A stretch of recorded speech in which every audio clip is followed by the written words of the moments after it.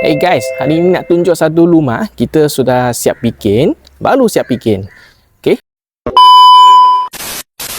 Boleh nampak kita buat sudah cat baru, sudah buat pintu baru. Nampak pintu pun moden punya. Okey, kapos mosek pun sudah siap, awning pun sudah siap.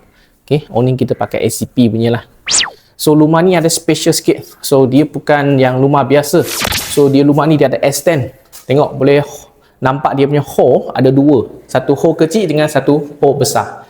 Okay. So you boleh nampak selalu ni kita tapak rumah, kita akan kasih cantikkan, kasih siapkan ubahsuai, repair semua.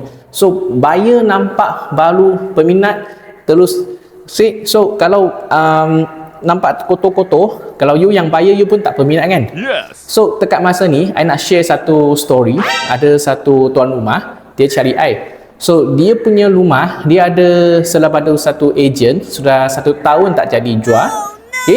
Bila saya pergi tengok, oh kenapa tak boleh jual? Sebab dia punya rumah condition tak ada ubah. Dia masih jual yang asal rumah yang sebenarnya. Jadi I cakap, kalau macam ni, memang dia tak ada apa advantage. So kalau kita nak jual cepat, kita nak jual cepat, dia mesti kena buat macam renovation, kasih buat cantik, atau you punya harga below market at least 20% baru boleh cepat. So dia tak ada buat ni, harga pun macam biasa.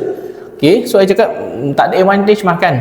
Jadi saya akan bagi tahu cara-cara kalau nak jual dengan cepat. Bukan yang semua harga saja, ada yang mungkin strategi lain.